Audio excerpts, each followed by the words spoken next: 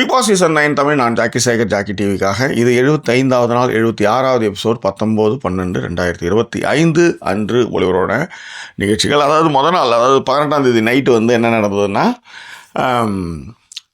கனியுடைய அணி, அதாவது கனி, ஆதிரை, கமருதீன், இவங்க பார்வதி, இவங்க டீம் வந்து ஜெயிச்சிச்சு. அதாவது 24 மணி நேரத்தில் ஒரு நாள், 24 மணி நேரத்தில் ஒருத்தவங்களுடைய ஃபேமிலி வந்து 24 மணி நேரம் வந்து கூட இருக்கலாம் அப்படின்ற ஒரு பேக்கேஜ் அனௌன்ஸ் பண்ணுறாரு பிக் பாஸ். அதில் அவங்க ஜெயிச்சிடறாங்க. ஆனால் இந்த ஜெயிக்கணுன்றதுக்காக போராடினதில் வந்து பார்த்திங்கன்னா விக்கல் விக்ரம், கானா வினோத், இவங்ககிட்டலாம் அந்த அந்த அந்த ஃபயர் வந்து நிறையவே இருந்துச்சு. இதில் அவங்க ஜெயிச்சிட்டாங்க. இதில் நம்ம சாண்ட்ராவும் என்னன்னா தன்னுடைய குழந்தைகள் வரணும் அப்படின்றதுக்கும், அந்த குழந்தைங்க எப்படிலாம் ட்ரெஸ் பண்ணி கூப்பிட்டு வரணுன்றதையும் மைக்கில் வந்து கேமரா முன்னாடி வந்து பேசுவாங்க. இப்போ கனி ஜெயிச்சிட்டாங்க. இது வந்து பொறுக்க மாட்டாமல் சாண்ட்ரா வந்து கனி மீது ஒரு அபாண்டமான குற்றச்சாட்டு வைக்கிறாங்க. அதுக்கு கனி வந்து நேரடியாகவே சாண்ட்ராவை பற்றி பேசினாங்க. அது என்ன அப்படின்றத கொஞ்சம் விரிவாக பார்க்க போகிறோம். அதற்கு முன்பாக இந்த தளத்தை இதுவரை சப்ஸ்கிரைப் பண்ணாதவங்க சப்ஸ்கிரைப் பண்ணுங்கள், லைக், கமெண்ட், ஷேர் பண்ணுங்கள். ஸோ விரிவான ஒரு பார்வைக்கு ஸ்டேட் வித் அஸ்.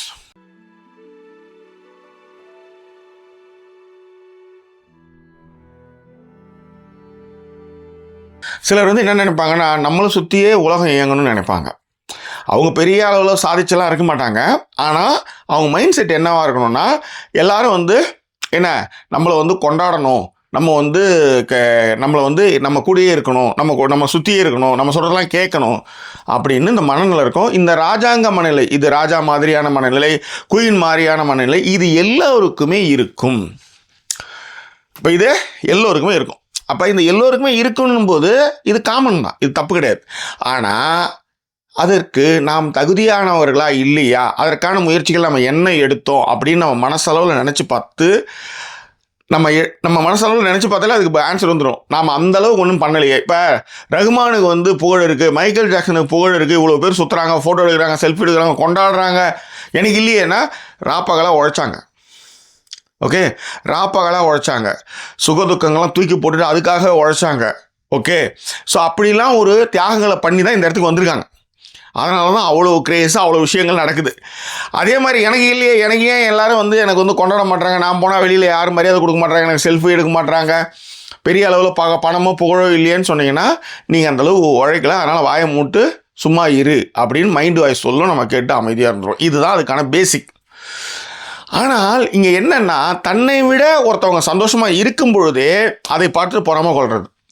கனி ஜெயிச்சிட்டாங்க அப்படின்னும் போது கனி மீது ஏற்கனவே வந்து நம்ம சாண்ட்ராவுக்கு வந்து கனி மீது ஏற்கனவே வந்து ஒரு பிரச்சனை இருக்குது. பிரச்சனைனா பொறாமை எதோ ஒன்றாலும் இருக்கட்டும்ங்க, அது கேமாக கூட இருந்துட்டு போட்டுங்க.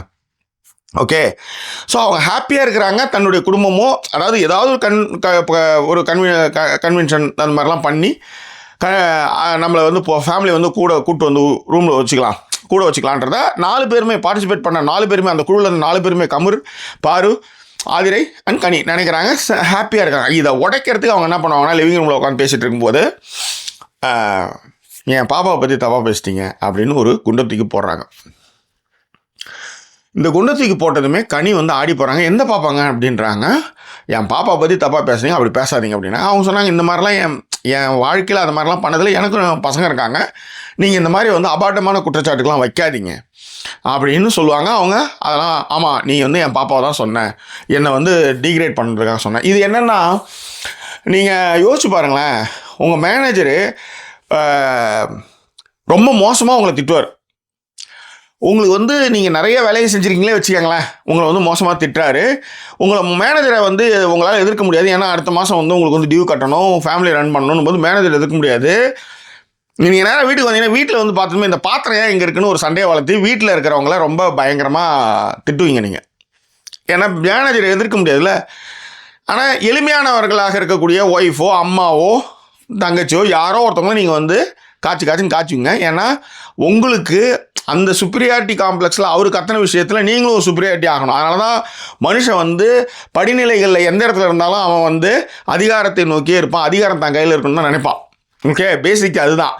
அப்போ உனக்கு தைரியம் தாங்க அங்கே இவரை பற்றி கேட்டிருக்கணும், யாரை பற்றி, மேனேஜரை பற்றி கேட்டிருக்கணும். ஆனால் நீ வந்து கோழையாக அங்கேருந்து வந்து வீட்டில் இருக்கிற பொண்டாட்டி இல்லை புல்லை யாரையாவது நீங்கள் வந்து திட்டி நீங்கள் ஒரு ஆளுமையாகவும் நீங்கள் ஒரு கவனிக்கத்தக்க ஆளாகவும் நீங்கள் மாறுவீங்க அந்த இடத்துல. ஓகேவா? இது நடக்கிறது தான். இது கனியை வச்சு சாண்ட்ரா அந்த மாதிரி பண்ணுறாங்க. ஏன்னா கனி வந்து ஹாப்பியாக இருந்துட்டாங்க. அவங்கள காலி பண்ணணும் அப்படின்னா ஆக்சுவலி பாப்பா பாப்பான்னு ஒரு பாட்டை ஆரம்பிச்சது இவங்க வெறுப்பத்துறதுக்காக ஆரம்பிச்சது யாருன்னு பார்த்தீங்கன்னா பார்வதி. ஆக்சுவலி நீங்கள் பார்வதி தான் கேட்கணும்னு வச்சுக்கோங்களேன். பார்வதி தான் உங்களுடைய உள்ளும் புறமும் நீங்கள் எப்படி குழந்தைங்களை மிஸ் பண்ணுறீங்க, போனீங்க வரீங்க எல்லாமே தெரியும். பார்வதி பயங்கரமான ஆள். பார்வதி நேற்று கூட வந்து திவ்யாவை நான் சீண்ட போகிறேன் அப்படின்லாம் சொல்லிட்டு போவாங்க. அவங்க அப்படி தான். ஓகேவா? அவங்க அப்படி தான்னா அதுக்காக வந்து இன்றைக்கி வந்து திவ்யா கூட வந்து பார்வதி வந்து காலி பண்ணாங்கன்னு வச்சுக்கோ. நீ வந்து ஒஸ்ட்டு பர்ஃபார்மன்ஸ் வாங்கி மைக்கெலாம் போய் இந்த வாட்டியும் கூட நீ வந்து மைக்கு வந்து போடாமல் இருந்த அப்படின்னு சொல்லி பார்வதி வந்து வண்டியில் ஏற்றுறாங்க. பார்வதி பயந்துருவாங்க. இங்கே இந்த வீட்டில் இருக்கிறவங்க எல்லாருக்குமே பாயிண்ட்டாக ஒருத்தவங்களுடைய தப்பை சுட்டி காட்டி பண்ணலை. அந்த மாறலாகவே இருக்காங்கல்ல, அதுதான் இந்த மாதிரியான ஆட்களுக்கான பலமாக இருக்குது. பார்வதி சாண்ட்ரா அவங்களுக்குலாம் பலமாக இருக்குன்னு நான் சொல்லுவேன். ஸோ பார்வதி தான் அந்த பாட்டை ஆரம்பிப்பாங்க. ஆனால் கனியை பிடிக்காது. கனியை வந்து சந்தோஷத்துக்கு எடுக்கணும். அப்போ நான் என்ன பண்ணணும்? நீ என் பாப்பாவை பற்றி பாடி என்னை டிகிரேட் பண்ணிட்டு, என்னை அசிங்கப்படுத்திட்டு, என்னை அவமானப்படுத்தி, என்னை காயப்படுத்திட்டேன்னு ஒரு கதை எடுத்து வராங்க. ஸோ இப்போ கனி என்ன பண்ணுறாங்கன்னா நேரடியாகவே வந்து வராங்க அந்த இதில். இதை பாருங்கள், ஒரு அக்யூசேஷன் நீங்கள் என் மேலே வைக்கிறீங்க, எதுக்காக வைக்கிறீங்கன்னு முதல்ல சொல்லுங்கள். இல்லை நீ ஒரு பாட்டு பாடின, அது என்ன பாட்டுன்னு சொல்லு, தெரியாது, எனக்கு கஷ்டமாயிடுச்சு. இந்த மாதிரியான விஷயத்தை தான் சொல்கிறாங்க. ஆனால் ஒரு நேரமும் நீ இந்த பாட்டு பாடினீங்க, நீங்கள் பாப்பா பாட்டு பாடினா அதனால் எனக்கு கஷ்டமாயிடுச்சு. அப்போ வந்து அவர் சொல்கிறார், கனி சொல்கிறாங்க, எனக்கும் குழந்தைங்க இருக்குங்க, நீங்கள் மட்டும் போகிற போக்கில் நீங்கள் வந்து மன்னிப்பு கேட்கணும், அதாவது போகிற போக்கில் வந்து நான் வந்து உங்களை காயப்படுத்திட்டீங்க அப்படின்னு சொல்கிறீங்க. எனக்கும் குழந்தைங்க இருக்குது, நீங்கள் இந்த மாதிரி அக்யூசேஷன் ஒன்று வச்சிங்களே, தப்பான ஒரு அக்யூசேஷன் குற்றச்சாட்டு வச்சிங்கல்ல, அதுக்கு நீங்கள் மன்னிப்பு கேட்கணும், நாங்கள் கேட்க முடியாதுன்னு அவங்க. அப்போ கனி வந்து சொல்லுவாங்க, அது இன்னும் நீங்கள் இன்னும் நல்ல அம்மா மாதிரியும் நான் இன்னும் கெட்ட அம்மா மாதிரி கேவலமான அம்மா மாதிரி நீங்கள் ப்ரொஜெக்ட் பண்ணுறீங்க, இது ரொம்ப தப்பு சாண்ட்ரா. நோயிங்லையும் அன்னோயிங்லையும் நான் உங்களை எங்கேயாவது காயப்படுத்தியிருந்தால் நீங்கள் வந்து கஷ்டப்பட போகிறீங்க, நீங்கள் சிரிக்கணும், நீங்கள் தனியாகவே இருக்கீங்கன்றதுனால நேற்று நானாக கூட வந்து அவங்ககிட்ட வந்து மன்னிப்பு கேட்டேன். நீங்கள் என்ன சொன்னீங்க அப்படின்னா, பார்க்கலான்னு சாப்பிட்டுட்டு இருக்கேன்னு சொன்னீங்க. சரி, சாப்பிட்டு முடிச்சது போகிற வந்தீங்களா, நான் எதுக்கு வரணும்? இந்த மேட்டுமைத்தனம் இருக்குல்ல, இந்த மேட்டுமைத்தனம் தான் வந்து கேட்கப்படணும். இந்த மேட்டுமைத்தனத்தை தான் உடைக்கப்படணும். இப்போ அந்த பிக் பாஸ் வீட்டில் வந்து நான் எல்லாரையும் ஒரே மாதிரி பார்க்குறேன்னு பிக் பாஸ் சொல்லுவார். இல்லை, கிடையாது. ஏன்னா அப்படி இருக்கவே முடியாதுன்றது தான் ஆணித்தரமான விஷயம். சொல்கிறதோட சொல்லிக்கலாம். அந்த மாதிரி விஷயம் நடக்கணும்னா நீங்கள் ப்ரூவ் பண்ணுங்க. இப்போ ஹோஸ்ட் என்ன சொல்கிறார், ஏன் மேலே உங்கள் யார் மேலே எனக்கு வெறுப்புகள் கிடையாது, இருக்கும், இல்லாமலாம் இருக்காது. இதுதான் நிதர்சனம். சொல்லிக்கும் போது அப்படி சொல்லிக்க வேண்டியதான். பட் ஆனால் இந்த மாதிரியான விஷயங்களை நீங்கள் அவங்க வெளியில் போய் இன்னொருத்தவங்க எதிர்க்க வந்து சாக்கிற மாதிரி அது இதுன்னு பேசுகிறாங்கன்றது வச்சுக்காங்களேன், அதை நான் எடுத்துகிட்டு வரல. ஆனால் இங்கே தப்பான ஒரு விஷயத்தை ஒரு விஷயத்தை ப்ரொஜெக்ட் பண்ணுறாங்கல்ல, என் பிள்ளைய வச்சு தான் அவங்க வந்து சொல்லி எனக்கு டிகிரேட், அவங்க அந்த மாதிரியான ஆள் இல்லை, அவங்க அப்படி செய்யவும் இல்லை அப்படின்றதும் சொல்லப்பட்டது, பேசப்பட்டது. ஏன் வந்து அதை வந்து அவங்க சொல்கிறாங்க, நான் உங்ககிட்ட வந்து கனி சொல்லுவாங்க சாண்ட்ரா கிட்ட, நான் உங்ககிட்ட வந்து நீங்கள் ஹாப்பியாக இருந்தால் மன்னிப்போடு கேட்டு போகிறேன், நீங்கள் இந்த மாதிரி ஒரு குற்றச்சாட்டை போகிற போக்கில் என் மேலே வச்சிங்கன்னா அது என்ன தான் அர்த்தம், நீங்கள் மன்னிப்பு கேட்கும்போது கேட்க முடியாதுன்னுவாங்க. இதில் எப்ஜெல்லாம் சொல்லுவார், இந்த மாதிரியான அவங்க பாட்டு பாடும்போது இந்த தாட் ப்ராசஸ் எல்லாருக்கும் வந்துச்சு. ஆக்சுவலி அந்த பாட்டை பாடுறது ஆரம்பித்தது யாருன்னா பார்வதி தான். ஓகே, ஆனால் கனியினுடைய சந்தோஷத்தை கெடுக்கணுன்றதுக்காகவே சாண்ட்ரா இந்த மாதிரியான ஒரு விஷயத்தை வச்சு சொல்லும்போது எஃப்ஜே சொல்லுவாப்பில், இங்கே யாருக்காவது அந்த மாதிரி அந்த பாட்டை வந்து உங்களுக்குலாம் தப்பாக புரிஞ்சுதுன்னா எங்களுக்கு யாருக்குமே தப்பாக புரியல அப்படின்னும் போது எனக்கு புரிஞ்சுதுன்னு வாங்க சாண்ட்ரா. அப்போ உங்களுக்கு மட்டும் ஏன் புரிஞ்சுதுன்னு அவங்க கேட்பாங்க. எனக்கு புரிஞ்சுது, ஏன்னா நீ தான் என்ன தான் நீங்கள் சொன்னீங்க அப்படின்றத அவங்க போட்டு சொல்லுவாங்க. அப்போ வந்து ஒரு கட்டத்தில் வந்து கனி சொல்லுவாங்க, தவறான ஒரு குற்றச்சாட்டை என் மேலே வைக்கிறீங்க, இது வந்து ரொம்ப தப்பு, இதை நீங்கள் வாபஸ் வாங்கணும், இல்லை மன்னிப்பு கேட்கணும், இல்லைனா கேட்க வைப்பேன், உங்களுக்கு யார் அந்த தைரியத்தை கொடுத்தது அப்படின்ற மாதிரி கனி கேட்டது தான் வந்து உண்மையிலே ஃபயர் மோடு. இன்றைக்கும் இத்தனைக்கும் அவங்களுக்கு வந்து பெரிய சப்போர்ட்னா இந்த பேச்சுக்கு எடுத்து கொடுக்குற மாதிரியான ஒரு விஷயமா யாருமே வரல. சாண்ட்ரா இல்லையா ஊந்துடணும் அப்படின்றது, சாண்ட்ரா வந்து ஹோஸ்ட்டுக்கு ஃப்ரெண்டோட ஒய்ஃபுன்றது, இதெல்லாமே தான். இல்லைனா எல்லாருமே பிள்ளைன்னு வரும்போது ஏன் சாண்ட்ரா கிட்ட எல்லாம் அடங்கி போகணும் சொல்லுங்கள். சாண்ட்ரா அவ்வளோ பெரிய ஆளா? அவங்க கிடையவே கிடையாது. சாண்ட்ரா ஒரு சாதாரண கண்டஸ்டன்ட்.